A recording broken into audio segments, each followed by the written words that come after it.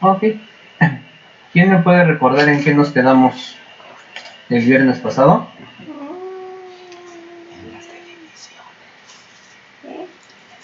En definición, digo yo. En Isaías 40, del 3 al 5. Ajá. ¿Y ahí qué hablamos?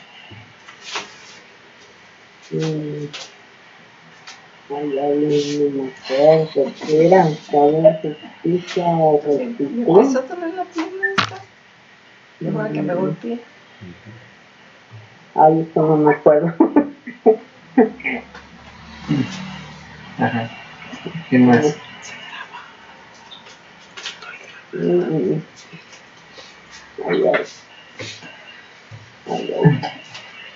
En Isaías 40 se habló de que se profetizaba la venida del Señor Jesucristo. Todo esto va enlazado desde el momento en que llegó el Señor Jesucristo, desde el momento en que Juan el Bautista mencionaba que nos arrepintiéramos porque el reino de los cielos se ha acercado. Y se mencionaba que la profecía de Isaías 40 aún se está cumpliendo porque hablamos también de que es un momento. ¿Se acuerdan que les mencionaba que el Imperio Romano tuvo su momento, así como el Imperio Británico tuvo su momento, ¿sí? Así como los persas tuvieron su momento? Ahorita nosotros estamos viviendo el momento del Señor Jesucristo. Y mencionamos también que el Señor Jesucristo llegó en una situación económica y política muy difícil en Israel, en la cual, bueno, ellos principalmente, toda la clase política judía, compuesta por los fariseos y los saduceos, tenían que rendirle cuentas al Imperio Romano. Y que incluso hablamos de que Caifás, siendo el responsable del enjuiciamiento de Jesucristo, él perteneció a los saduceos. Ese es un pequeño resumen. Pero todo esto, esta parte histórica, porque además la Biblia tiene algo muy bonito, que la etapa del Señor Jesucristo lo amarra, ¿sí?, con enlaces históricos. No solamente es un desarrollo textual de los que vieron las obras del Señor Jesucristo, sino que todo lo fueron enlazando, lo fueron registrando con hechos históricos.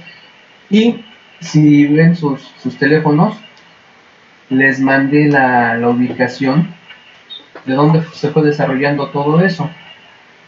Les mandé la ubicación, por ejemplo, apoyándonos de la tecnología.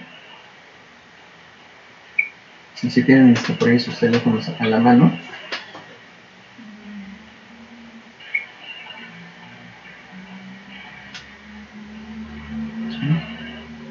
La primera imagen que les envié fue de lo que es el área de Judea a la distancia que se encuentra de lo que es Galilea.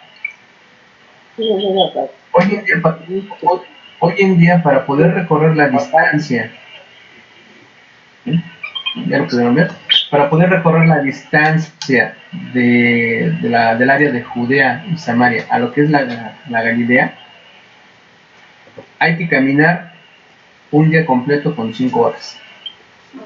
Hoy en día.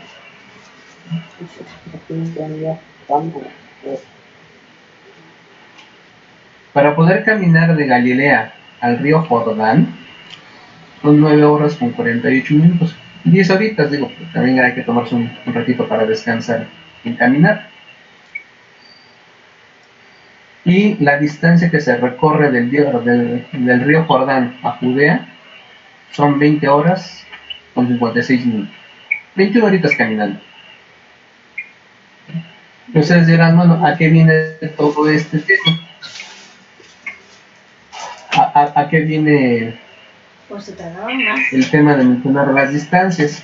Que no lo hacían. Es para considerar y contemplar, ¿sí?, lo que se tuvo que recorrer o lo que tuvieron que recorrer, por ejemplo, Juan el Bautista, para poder realizar sus bautizos en el río Jordán, y lo que el Señor Jesucristo también tuvo que recorrer para llegar al río Jordán. Veamos lo que dice Mateo 3:13.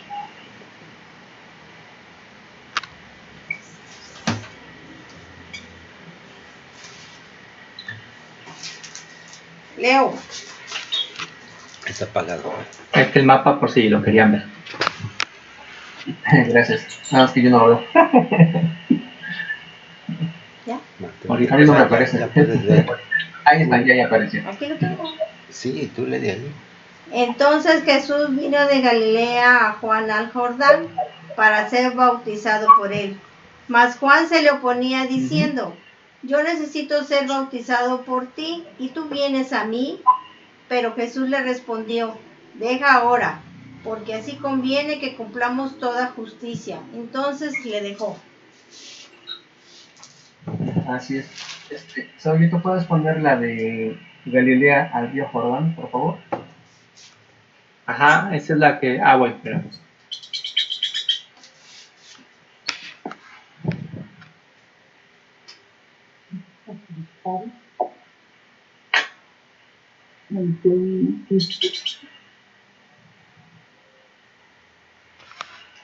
Este no, esa es.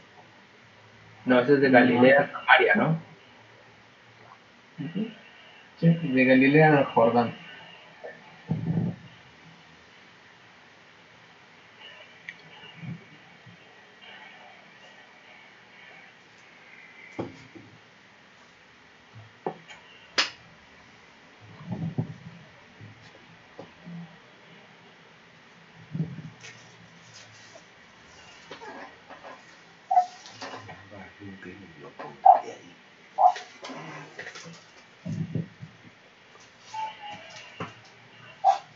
No cargué. Bueno. Ok. La distancia para recorrer del río Jordán a Galilea, o de Galilea al Jordán, es de 9 horas con 48 minutos caminando, sin tomar tiempos de descanso. ¿A qué voy con esto? Que la verdad, para poder ejercer la fe, ¿sí?, ejercer la fe requiere mucho esfuerzo físico y mental. Porque por fe, digo, Juan el Bautista, ¿sí?, del área de Judea, ¿sí?, tener que andar toda esa zona al río Jordán para decirle a la población que se arrepintieran porque el reino de los cielos se ha acercado. Y el Señor Jesucristo, para poder empezar su ministerio, para poder ejercer la fe, tener que caminar esas 10 horas de Galilea al río Jordán. Pregunta sencillísima hoy en día. ¿Hay alguien por ahí del Cedralito? ¿Cuánto tiempo es del Cedralito a Veracruz en coche? Como 40 minutos. 40 minutos. Aquí estamos viendo que son 49 minutos en coche del Jordán a Galilea. ¿Cuántos se han aventurado a caminar del Cedralito a Veracruz? No, nunca. Ahora, de donde es nuestro hermano David Cerezo, ¿cuánto tiempo es caminando de ahí de la casa de nuestro hermano David al puerto de Veracruz? Caminando. No, Caminando. Si en camión son 17 horas, No. imagínate, como 3 días. No, manito, de ahí de nuestro hermano David Cerezo, la David Grande. Ah, bueno, yo estoy hablando de la región de Moreno. Bueno, ya me estaba poniendo a pensar ir para allá, ¿verdad? caminando. Nada, yo No, de moreno. porque Moreno, mi papá se tardaba como 2 horas y media más o menos. Y sí lo caminaba, Sí, nos platicaba de eso, sí. Sí lo caminaba No, decía porque de eso. como terminaba el camión temprano y los estudios terminaban ya tardecito, ya no alcanzaba el camión. Caminando se iba. Entonces, aquí hay que ver. Gracias, mamá. Aquí hay que contemplar algo. La fe para quienes son o quienes portan la fe. Para situaciones cómodas y fáciles, la fe realmente es bastante incómoda. La fe requiere mucho tiempo. La fe requiere que seas de un carácter muy firme y muy fuerte. ¿Por qué razón? Porque hablamos que Galilea era una ciudad. ¿Y qué necesidad tenía el Señor Jesucristo de caminar esas 10 horas hasta el río Jordán para ejercer fe? ¿Y qué necesidad tenía Juan el Bautista, ¿sí?, de vivir cubierto con tela, con pieles de animales y comer lo que encontrara? La Biblia dice que eran langostas, insectos y miel. Entonces aquí hay que tener hay que tener en claro una situación. La fe es para valientes. La fe no es para gente cobarde ni cómoda. La fe es para los que estamos realmente convencidos que en este camino, sin importar los problemas que tengamos, aquí vamos a continuar. ¿Cuál es la temperatura promedio en Israel en esta época del año? A ver quién lo encuentra ahorita. Y dice, yo ahorita te localizo la temperatura actual en Israel en esta época del año. A ver quién lo encuentra rápido.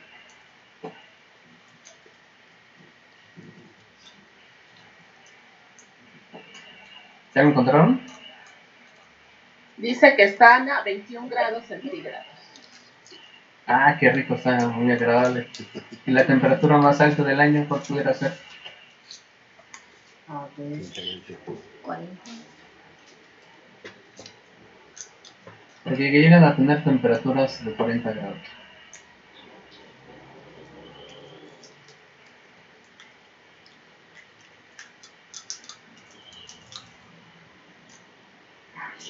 Esta es hermosa.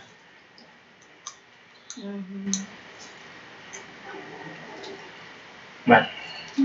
Ahorita no te... Entonces, 2.1 grados centígrados. La más, las extremas. La más baja. ¿De cuántos? Olas de calor, olas de frío e inviernos extremos son sus climas. Bueno, pues imagínense recorrer sus 10 horas en calor extremo. Porque además son zonas áridas. A eso agreguenle que la situación que había en el momento era bastante tensa. ¿Se acuerdan ustedes quién era el gobernante de esas tierras cuando estaba el Señor Jesucristo?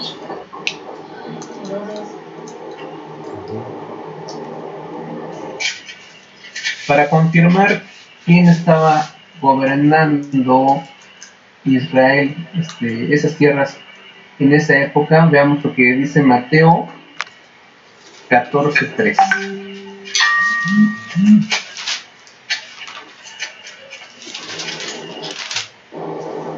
¿Quién quiere leer, por favor? Mateo 14:3, mi hermano. Por favor. ¿Leo? Por favor. Porque Herodes había prendido a Juan y le había encadenado y metido en la cárcel por causa de Herodías, mujer de Felipe su hermano, porque Juan le decía, no te es lícito tenerla. Y Herodes quería matarle, pero temía al pueblo, porque tenían a Juan por profeta. Pero cuando Juan se celebraba Pero cuando Juan se celebraba el cumpleaños de Herodes, la hija de Herodes danzó en medio y agradó a Herodes. Por lo cual éste le prometió con juramento darle todo lo que pidiese. Así es. Ella, Entonces, ¿quién era el gobernante? Sí, manita, gracias.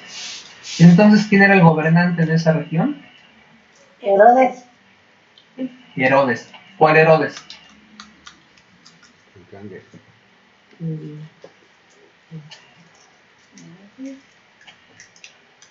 Acuérdense que se habla de Herodes, se habla de Herodes, incluso cuando es la matanza de los niños. Pero era el mismo Herodes, no era el mismo Herodes. El Herodes de Juan el Bautista es Herodes Antipas. Y el Herodes de la matanza de los niños fue Herodes el Grande. Herodes primero el Grande. ¿Qué sucede aquí? Que resulta que Herodes primero el Grande tuvo descendencia y pues como era costumbre heredar no solamente las tierras sino también los nombres, a sus hijos también los nombró. Herodes era como un título nobiliario, la palabra Herodes. Ahorita se le diga, ¿no? Herodes Antipas o Herodes el tetrarca, fue gobernante del área de Perea y Galilea desde el año 4 antes de Cristo hasta su muerte en el año 39 después de Cristo. Y fue hijo de Herodes el Grande, y Herodes el Grande tuvo por hijos a Herodes Antipas, Antipater, Olimpias, Herodes Arquelano, Herodes Filipo I y Herodes Filipo II. Y bueno, aquí se confirma lo que se menciona en Mateo 4 del 12 al 17.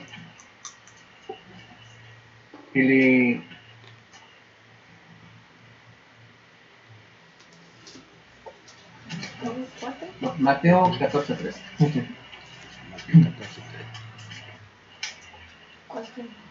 Herodes había mandado arrestar a Juan y lo había atado y puesto en prisión a causa de Herodías, la esposa de Filipo, su hermano. Entonces, mientras Filipo era gobernante de unas regiones, Antipas era gobernante tetrarca de esa región que les acabo de mencionar. Entonces, vean cómo se va enlazando todo y cómo todo lo van reafirmando y confirmando que lo que está aquí en la escritura, hablando del Señor Jesucristo y hablando de Juan el Bautista, no es algo que se haya dado a la imaginación, es algo que tiene su sustento histórico para que aquellos que llegaran a poner en duda la parte de la fe, ¿sí?, vean la parte histórica y cómo está reafirmado. Porque hay un detalle con la fe. La fe efectivamente es algo que tú tienes y que en ti existe y debes estar seguro de ello. Pero la fe también tiene que estar fundada en algo, fundamentada en algo. Por ejemplo, tú tienes fe de que puedes caminar esas 10 horas de Galilea a Jordán. ¿Sí?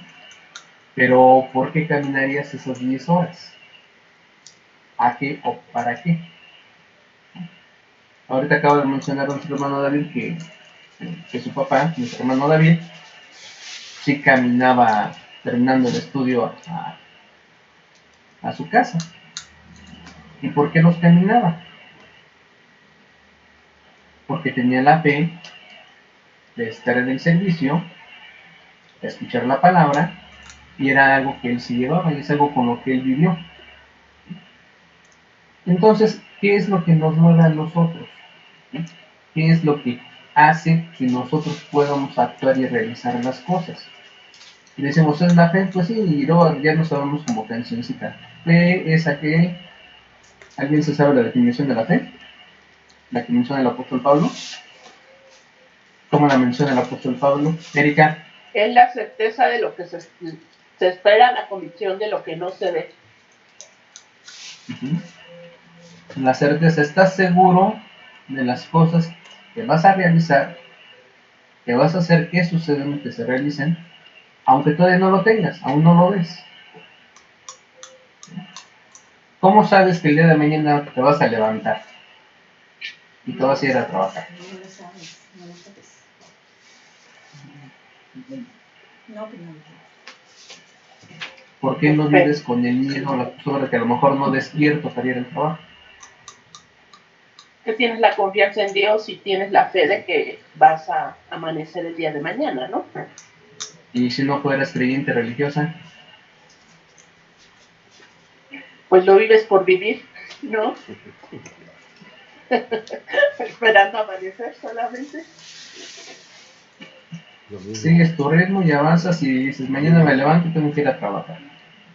Ya no estás contemplando las situaciones negativas que pueden afectar tu vida, porque bueno, si lo vemos dramáticamente, hoy mismo en la noche podemos morir y ya mañana ya no despertamos, seas religioso o no. Así es. Pero entonces, ¿qué llevó al Señor Jesucristo y a Juan a hacer las cosas? Dinos, Lupita.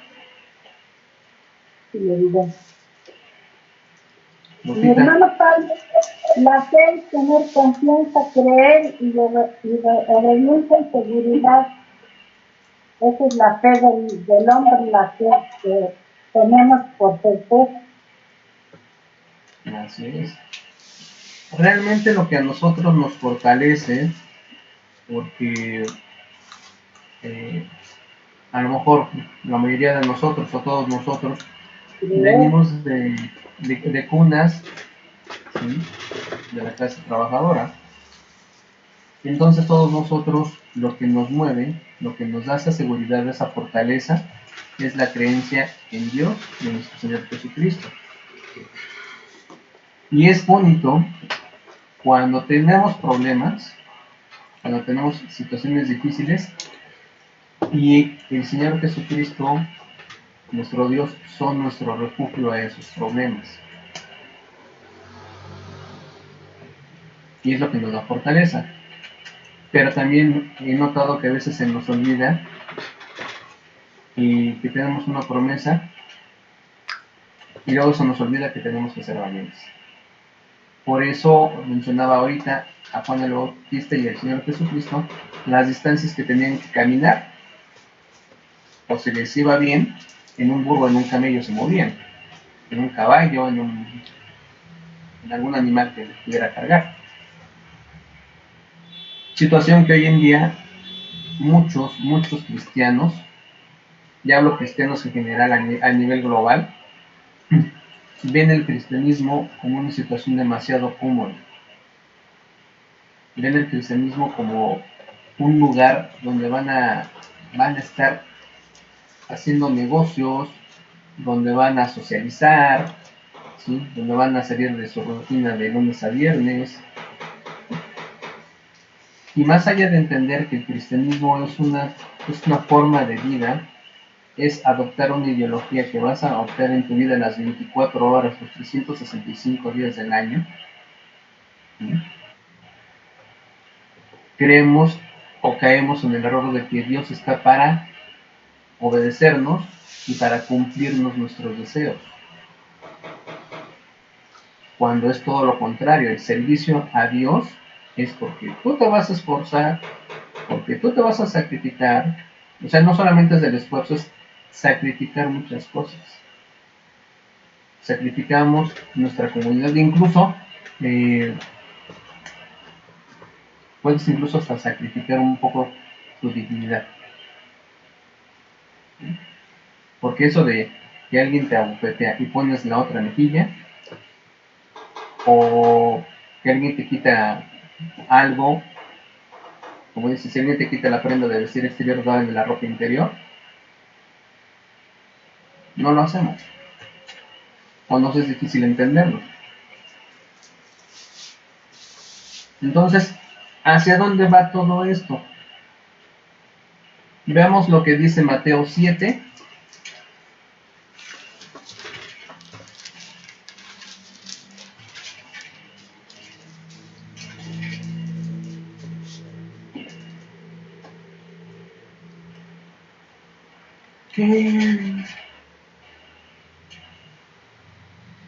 Terminaríamos en el 12, pero sí, del 7 al 12, del 1 al 12, 7 del 1 al 12.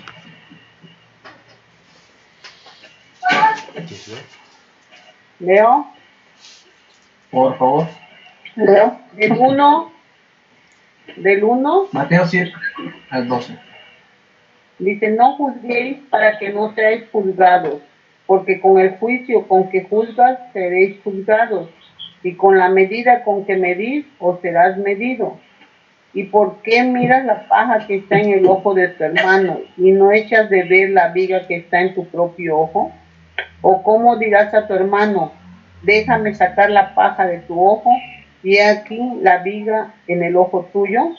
Hipócrita, saca primero la viga de tu propio ojo y entonces verás bien para sacar la paja del ojo de tu hermano.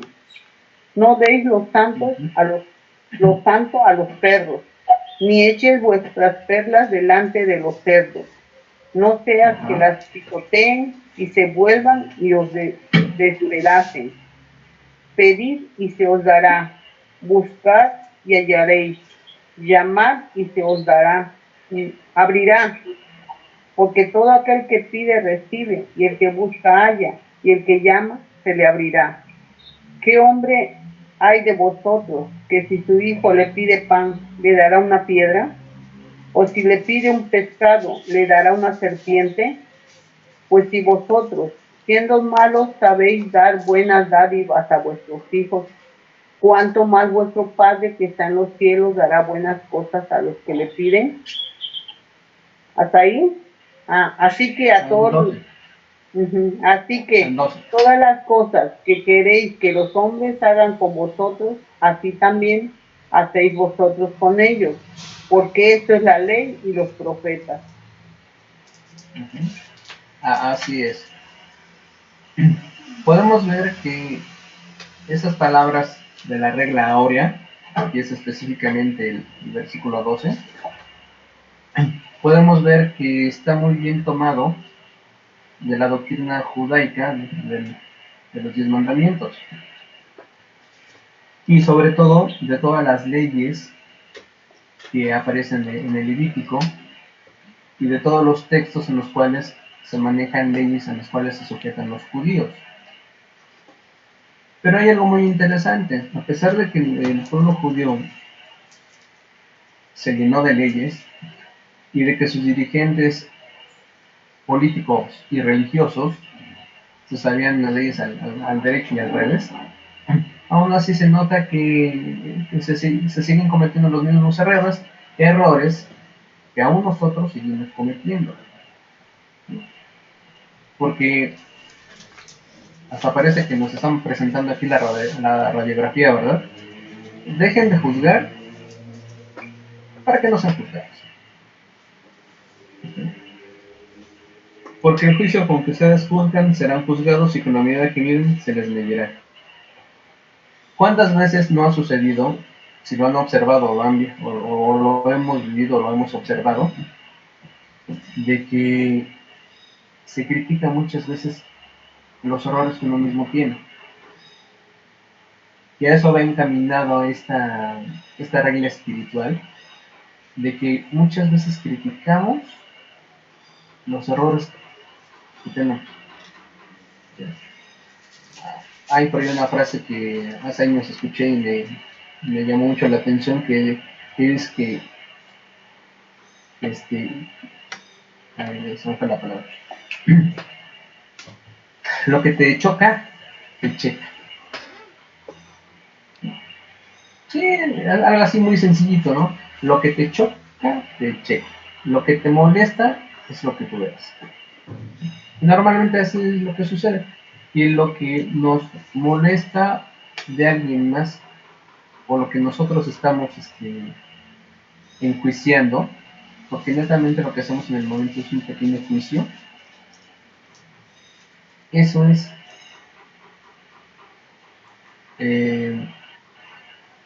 por ejemplo, lo que te choca, te checa. Por ejemplo, a lo mejor dicen que el chilango es muy ruidoso, ¿sí? Que el chilango es muy desordenado, y eso yo lo he escuchado muchas veces en Veracruz, porque es a donde más he ido.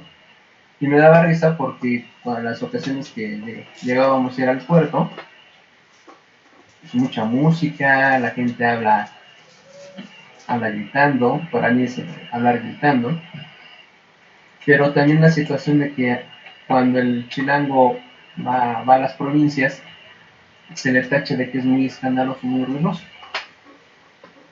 Entonces, todos nos quejamos los unos de los otros, de que somos desordenados, somos ruidosos, somos sucios, X, Y, Z, pero realmente todo esto va encaminado a que cuidemos las cosas que hacemos y cómo las hacemos, y nos evitemos el tener que andar viendo qué hacer desde enfrente.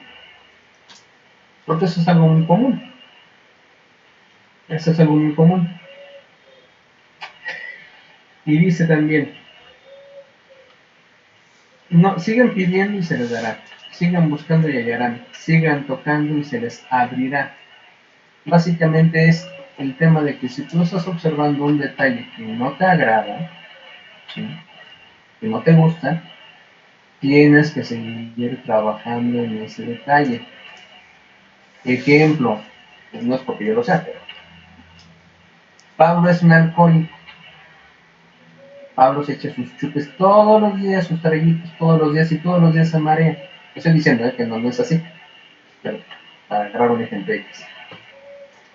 Pablo ya se dio cuenta que tiene ese problema, pero a Pablo le cuesta mucho trabajo dejar ese vicio o ese mal hábito. ¿Cómo pues Pablo va a lograr dejar ese mal hábito? Porque lo amarraron de pies y manos y lo metieron a Alcohólicos Anónimos, porque alguien se apiadó de él y lo amarró de pies y manos y lo metió a Alcohólicos Anónimos, o porque Pablo se dio cuenta que tiene un problema y está pidiéndole a Dios que le ayude a superar ese problema. Y aquí caemos y retomamos el ejemplo de Jesucristo con la mujer adúltera. Todos tenemos problemas, todos tenemos deficiencias, pero ¿en qué momento dejas de tener esa deficiencia? En el momento en que dejas de hacerlo. Si tú dices, sí, yo soy alcohólico, reconozco que tengo un problema, pero me siento a gusto con mi problema, entonces, ¿qué va a suceder ahí? ¿O qué hacemos con el conocimiento cuando dices, bueno, sí, Pablo tiene un problema de alcoholismo, de drogadicción, de X y Z problema? Ya se dio cuenta, ya lo reconoció, pero le cuesta trabajo superarlo. ¿Por qué cuesta trabajo superar las adicciones? ¿Qué tanta fuerza tiene una adicción para que nos tenga ahí sometidos? Para que estemos esclavos de esa adicción. Lo que nos tiene esclavos de las adicciones es porque esa adicción nos causa un placer, nos causa un bienestar psicológico. Y mientras no se tenga ese bienestar psicológico, difícilmente se va a superar. Por eso decía el Señor Jesucristo, ¿sí?, que le pusiéramos nuestras cargas y que lleváramos con él su yugo, porque su carga era ligera. Mi carga es fácil y ligera mi carga. Debemos de buscar ese placer, el sentirnos bien en Dios y en el Señor Jesucristo. ¿Por qué razón? Porque mientras no nos liberemos, mientras no reenfoquemos o redireccionemos ese bienestar, vamos a estar siempre esclavos de las adicciones. Y es mejor, creo yo, que tengamos afición por la religión que por otras cosas. Porque muchas veces, si lo han observado, la gente que más cargas emocionales ha tenido son los más religiosos. Las personas que más cargas de vicios han tenido, cuando se han liberado, son los más dedicados. Y es ahí donde viene el pasaje que dice que tal hombre debía una moneda, otro hombre debía 100 monedas, no recuerdo bien la cantidad, pero cuando llegó a cobrarles el prestamista, el que le perdonó una moneda, al que le perdonó 100 monedas, ¿cuál estaba más agradecido? El que tenía muchas deudas, el que estaba muy cargado. ¿Sí? Por eso tampoco hay que criticar a los que son muy religiosos, a los que siempre están muy metidos en la religión, porque no sabemos las cargas que tenían. No sabemos la deuda emocional que tenían, y gracias a Dios, ¿sí?, ellos pudieron liberarse. Y para cerrar, el 7:12 dice: por lo tanto, todas las cosas que quieren que los hombres les hagan, también ustedes de igual manera tienen que hacérselas a ellos. Esto, de hecho, es lo que significa la ley y los profetas. Y uno dirá, bueno, pues es de lo más lógico, ¿no? ¿Sí? Esta frase, a veces, yo lo he escuchado en la calle, y manejan el orden de las cosas. Lo manejan así como recibo hoy. Esa es una. O el que me la hace, me la paga. Pero fíjense que aquí el sentido que lo menciona es que así como quieran que los hombres les hagan, también ustedes tienen que hacerlo con ellos. Primeramente, tú tienes que actuar de una forma como te quisiera que te trataran. Quieres que te traten correctamente, empieza por tratar correctamente. Quieres que te traten con respeto, tú primero tienes que tratar con respeto. Hay una frase que Antonio también la escuché que decía: es que el respeto se gana. ¿Y cómo se gana el respeto?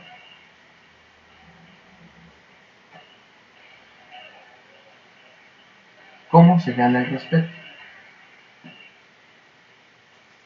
Y déjame decirte que eso es algo complicado, porque si esperamos que alguien haga las cosas correctas para que se gane nuestro respeto, ¿en qué medida, en qué nivel tú estás poniendo limitantes para respetar a las personas?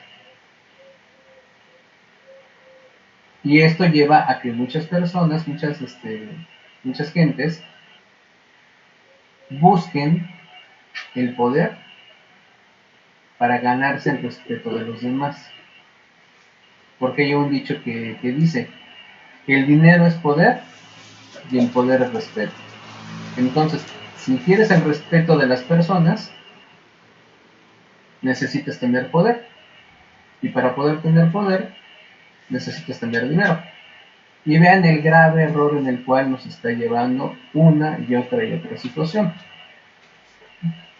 ¿Qué te parece? Si tú respetas a todo mundo, tengas o no tengas dinero, tengas o no tengas poder? Tratamos de igual manera al señor que está por X o Y situación pidiendo dinero en la calle, el magnate a nivel mundial. ¿Qué sucedería? Y si ya está en nosotros o es algo cotidiano el tratar con respeto, créanme que cuando uno habla de tú con las personas, de inmediato se pone ese límite de respeto y las personas difícilmente lo atraviesan.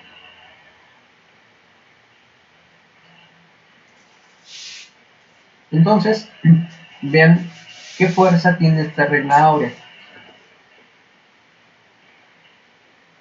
Por lo tanto, todas las cosas que quieran que los hombres les hagan, también ustedes de igual manera tienen que hacérselas a ellos.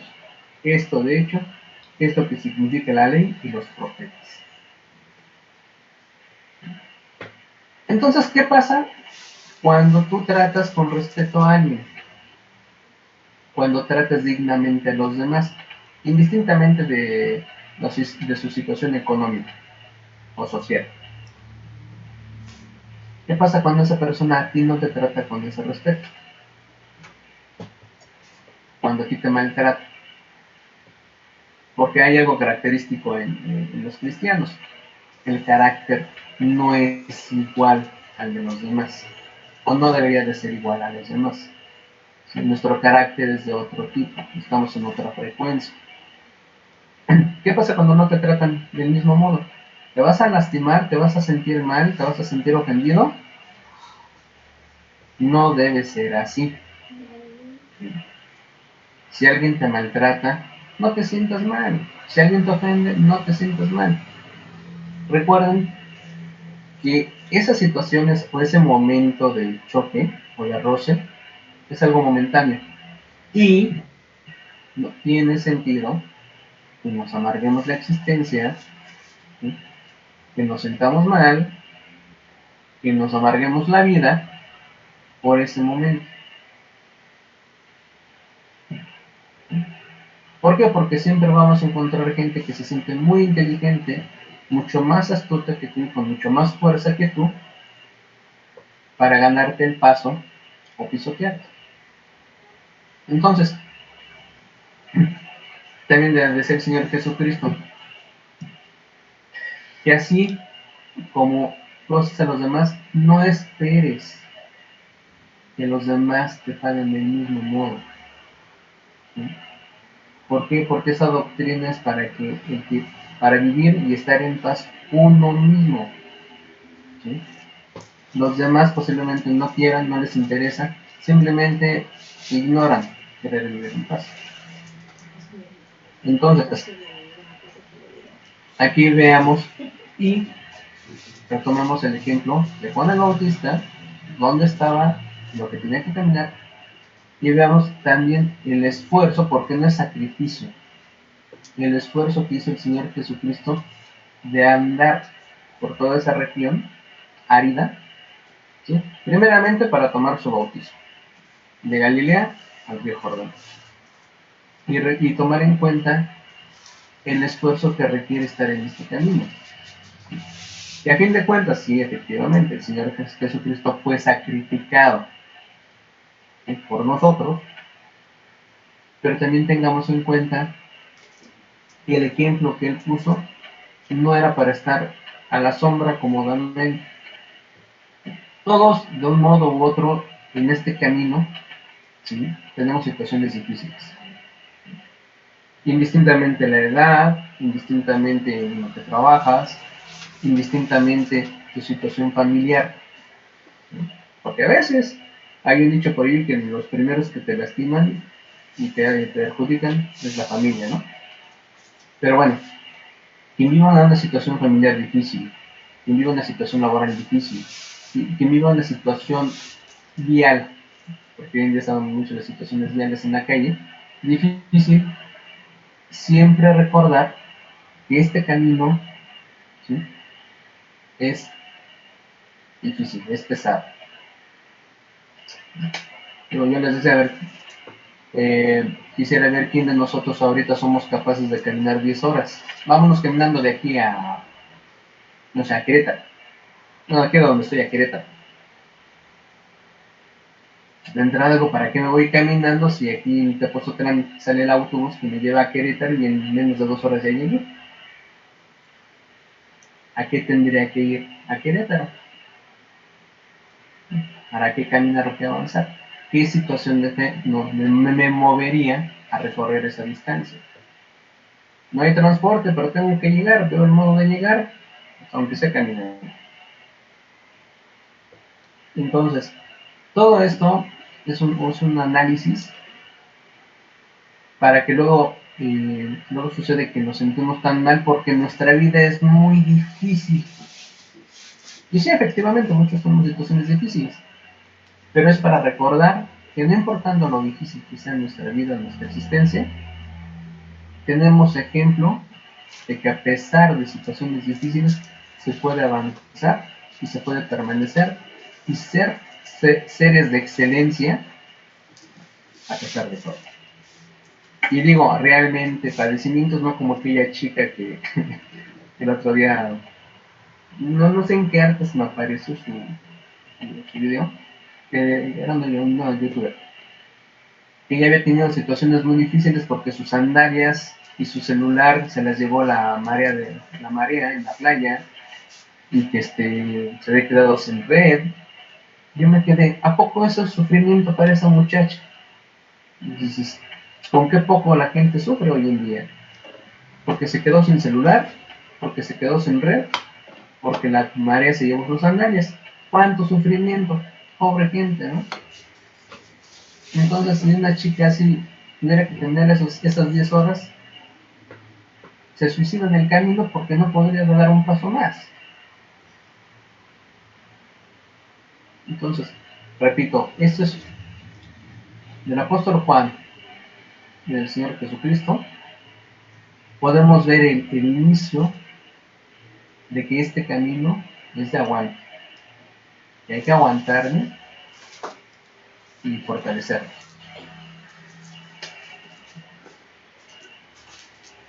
¿Qué va a hacer con ustedes? Jehová, Jesús y el Ya te Espíritu bendiga. Santo. Jehová, Jesús y tu Espíritu Santo te bendiga.